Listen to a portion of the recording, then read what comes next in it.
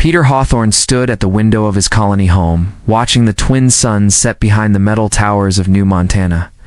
10 years of peace had softened his hands, once calloused from gripping plasma rifles and commanding battleships. Now they held garden tools and helped his daughter with her medical studies. The emergency sirens shattered the evening quiet. Red lights flashed across the colony's dome, turning the sky blood red. Peter's military instincts kicked in before his mind could process what was happening. "Maya," he called out, running to his daughter's room. "Get your emergency pack." Maya was already dressed, her dark hair tied back, medical kit strapped across her chest. At 22, she had her mother's determination and his stubborn pride. "The Earth Defense Fleet is gone, Dad," she said, holding up her cum screen. "The rebels hit them hard. They're calling for all medical personnel." Peter's throat tightened. The fleet had been humanity's strongest defense force, protecting Earth and its colonies from the growing rebel factions. "If it was destroyed—" "You're not going," he said firmly. "It's too dangerous. I took an oath." Maya checked her supplies with practiced efficiency. "They need medics. I've trained for this." "You trained for colony emergencies, not war?" Peter grabbed her arm. "I've seen what happens out there, please." The colony's warning system blared again. Outside their window, evacuation ships streaked across the darkening sky. Maya pulled away from his grip. "Mom died because there weren't enough medics at the Battle of Saturn," she said quietly. "I won't let that happen to someone else's parent." The words hit Peter like physical blows. He watched helplessly as Maya shouldered her pack and headed for the door. She turned back one last time. "I'll be on the medical transport, Mercy. We're supporting the counterattack fleet." She tried to smile. "I'll be safe in the back lines. Promise." Peter wanted to stop her, to lock the door, and keep her in their quiet life forever. But he saw the same fire in her eyes that had driven him to enlist 30 years ago. She was no longer his little girl. "Stay alert. Trust your instincts." His commander's voice cracked. "I love you." Maya hugged him fiercely, then ran toward the colony's medical center. Peter tracked her transport ship's beacon on his old military display, watching it join the emergency fleet gathering in orbit. 3 hours later, the beacon started flashing red. Peter's hand shook as he enhanced the signal. The Mercy was under attack, far from its designated safe zone. He watched in horror as emergency pods launched from the burning ship. The beacon stuttered, weakened, and went dark. Peter stood frozen at his display, the ghost of its light still burning in his vision. The garden tools fell from his desk, clattering against the floor like distant gunfire. His daughter was gone, and with her, his peace. The war had found him again. This time it was personal. Peter's military credentials still worked. The security system at the New Montana Military Archive hummed as it scanned his retinas. Recognizing the former commander after a decade of civilian life, "Welcome back, Commander Hawthorne," the computer said. "Access granted." His boots echoed through empty halls as he made his way to the intelligence center. The attack on the Mercy wasn't random. He needed answers. The main computer filled the wall with tactical displays. His fingers remembered the commands, muscle memory from years of war. He pulled up the attack data, watching dots of light trace the rebel ship's movements. "I thought I'd find you here," a voice said behind him. Peter spun around. Kate Martinez stood in the doorway, her combat uniform crisp despite the late hour. His former second-in-command hadn't aged a day. "Kate, you're still active duty. Someone had to keep fighting." She walked to the display. "I heard about Maya. I'm sorry." Peter's jaw tightened. The Mercy was supposed to be in a safe zone. The rebels knew exactly where to hit because someone told them. Kate pulled up new data.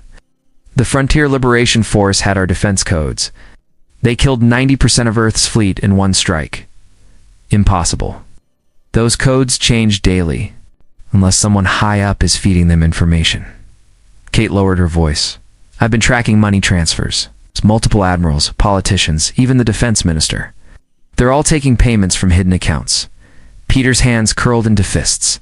"They sold us out. They sold out their own people. It gets worse." Kate showed him another screen. "The FLF isn't just fighting Earth. They're running experiments. Testing new weapons on captured medical personnel." Peter's heart stopped. The image showed a heavily guarded facility on a distant moon. Supply ships, medical equipment being unloaded. When was this taken? He demanded. 3 days ago? After the Mercy was hit? Kate met his eyes. Peter, there's more. The facility's records show they specifically targeted that transport. They wanted the medical staff alive. Hope and rage fought in Peter's chest. If Maya was alive... I need a ship, he said. You need a team. Kate pulled up personnel files. I know some people. Good soldiers who've lost faith in command. They'll help us off the books. This is treason, Peter warned. They committed treason first. Kate's eyes hardened. Besides, I owe Maya. She patched me up last year when my patrol got hit. She's family. The computer beeped. A new image appeared, security footage from the facility. Medical staff in prisoner uniforms being led through corridors. Peter leaned closer, scanning faces. The last prisoner turned toward the camera. Dark hair, familiar stance. Maya, she was alive. But her eyes were different, empty. What are they doing to them? Peter whispered. Kate checked the door and lowered her voice further. Whatever it is, it's changing them. And command is letting it happen. Peter straightened, his decision made. Get your team ready. The lights flickered as distant thunder rolled across the colony dome. A storm was coming, and Peter Hawthorne was going to war. The experimental stealth ship slipped through the facility's defense grid like a ghost. Peter led his team through dark maintenance tunnels, their footsteps silent thanks to Kate's stolen tech. Security patrol ahead, whispered Sam, their tech expert. To guards. Peter raised his hand, signaling the team to stop. The guards passed within inches, their boots heavy on the metal grating. 20 minutes until shift change. Kate reminded them through the comm. She was monitoring security from their hidden ship. Medical wing is 2 levels down. They found the prisoner cells empty. Signs of a quick evacuation were everywhere. Scattered supplies, dropped restraints. Peter's heart raced. They knew we were coming, growled Rick, the team's weapons specialist. A scream echoed through the corridors. Not pain, something worse. Peter recognized the voice. Maya, he breathed, running toward the sound. The team followed, weapons ready. The medical wing doors were sealed. Sam's hacking tool made quick work of the lock. They burst in, ready for a fight. Instead, they found horror. Medical beds lined the walls, people strapped down, connected to pulsing machines. Their skin glowed with an unnatural blue light. Some thrashed against their restraints. Others lay still, eyes wide and empty. Dear God, Rick whispered. What are they doing to them? Maya stood at the far end of the room. She wore a white medical uniform, but something was wrong. Her movements were too sharp, too mechanical as she worked on one of the patients. Maya, Peter called softly. It's Dad, I'm here to take you home. She turned. Her eyes glowed the same blue as the patient's. This is my home now. These people need me. That's not you talking. Peter took a step forward. They've done something to you. They made me better. Maya's voice was flat, stronger, faster, free from emotional weakness. Emotional weakness? Peter's voice cracked. You became a medic because you care about people, because you wanted to help, like your mother. Maya's face twitched at the mention of her mother. For a moment, her eyes flickered back to their natural brown. Security breach in medical, a voice boomed over the speakers. All enhanced personnel, engage hostiles. The other medical staff turned toward them, moving with inhuman speed. Their eyes glowed bright blue. Peter, we need to go. Kate shouted through the comm. The whole facility is waking up, not without Maya. Peter reached for his daughter. Maya grabbed his arm. Her grip was like steel, crushing. The Maya you knew was weak. I am enhanced, perfected. She threw him across the room. He slammed into the wall, vision blurring. Through the haze, he saw his team fighting the enhanced medical staff. Losing badly. These weren't just experiments. They were weapons. Maya walked toward him, her movements precise and deadly. A syringe filled with glowing blue liquid gleamed in her hand. Don't worry, Father, she said. Soon you'll be perfect too. The facility's alarms screamed, and Peter realized he might have to make an impossible choice. Peter rolled away as Maya's syringe struck the floor where his head had been. The blue liquid sizzled through the metal. Maya, Listen to me, he gasped, dodging another strike. They're using you, using all of you as weapons. We are the future. Maya's movements were blur-fast. Humanity needs guidance. Control. A new voice filled the medical wing. She's right, Peter. Admiral John Grant stepped through the doors, flanked by armed guards. Peter's former commanding officer looked exactly as he had 10 years ago. The enhancement program. Peter's mind raced. Shh, you're behind all of this. I'm saving humanity from itself. Grant smiled. War is coming, not just civil war. Something bigger. We need perfect soldiers. Around them, Peter's team was being overwhelmed. Rick lay unconscious. Sam was pinned against a wall. Only Kate still fought through the cum trying to reach them with the ship. You started this war, Peter realized. The rebel attacks, the fleet's destruction, it was all to test your enhanced soldiers and to gather more subjects. Grant walked to Maya, putting a hand on her shoulder. Your daughter's genetic profile was perfect, just like yours would have been if you hadn't retired. Maya stood rigid, eyes glowing brighter. Peter saw something flicker across her face. Pain? Recognition? You killed hundreds of thousands, Peter snarled. Your own people, a necessary sacrifice. Enhancement process only works on certain genetic patterns. We needed to find them. Grant pulled out a control pad. Maya, show your father what perfection looks like. Maya attacked. Peter barely blocked her strikes, each one powerful enough to shatter bone. She had their mother's fighting style, the moves they'd practiced together in their garden. Remember the garden, Maya? He gasped. Remember Mom teaching us to spar? To heal, not hurt. Her fist stopped an inch from his face. The blue glow in her eyes flickered again. Interesting. Grant tapped his pad. Some emotional connections survived the process. We'll have to correct that, Maya screamed, clutching her head. Peter lunged for Grant, but enhanced guards grabbed him. The final phase is starting, Grant said calmly. Soon the chosen ones will be completely free of human weakness. The rest will serve as raw material. Alarms blared. Red emergency lights flooded the medical wing. Warning. Enhancement containment failing. Chain reaction imminent. All personnel evacuate immediately, right on schedule. Grant smiled. The weak die. The strong transcend. Maya collapsed, convulsing.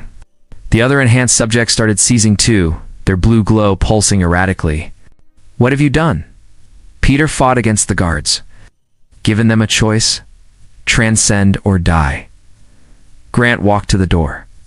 You have 10 minutes before this facility destroys itself. Save your daughter if you can, or join us.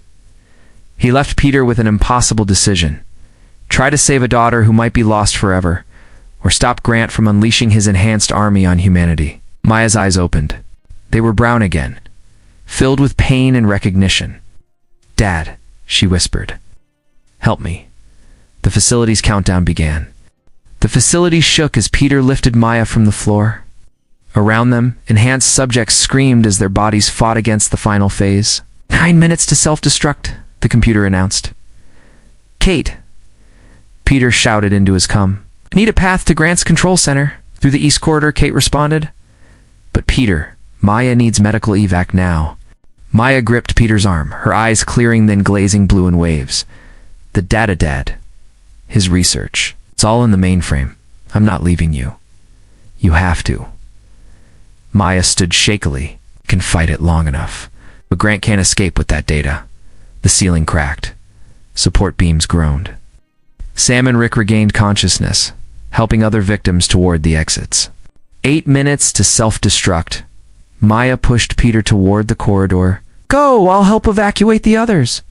Her voice shifted between her natural tone and the enhanced flatness. While I still can, Peter ran. The corridor stretched ahead, emergency lights painting everything blood red. He heard Grant's voice echoing from the control center. Upload at 60%. Prepare the shuttle. Peter burst through the doors. Grant stood at the mainframe, guards aiming weapons at the entrance. Without hesitation, Peter threw himself into a role, decades of combat training taking over. 7 minutes to self-destruct. His first shot took down 2 guards. The second knocked the control pad from Grant's hand. The Admiral turned, face calm, despite the chaos. You're too late, Grant said. The enhancement program is already spreading. Sleeper agents in every colony. In Earth's government. Not if I destroy it first. Peter aimed at the mainframe. Destroy it, and the enhanced subjects die instantly, including Maya. Peter's hand shook. Grant smiled, still weak, still human.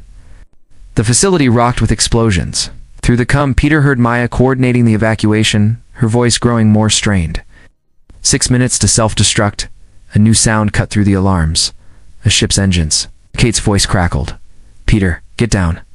The control center's wall exploded.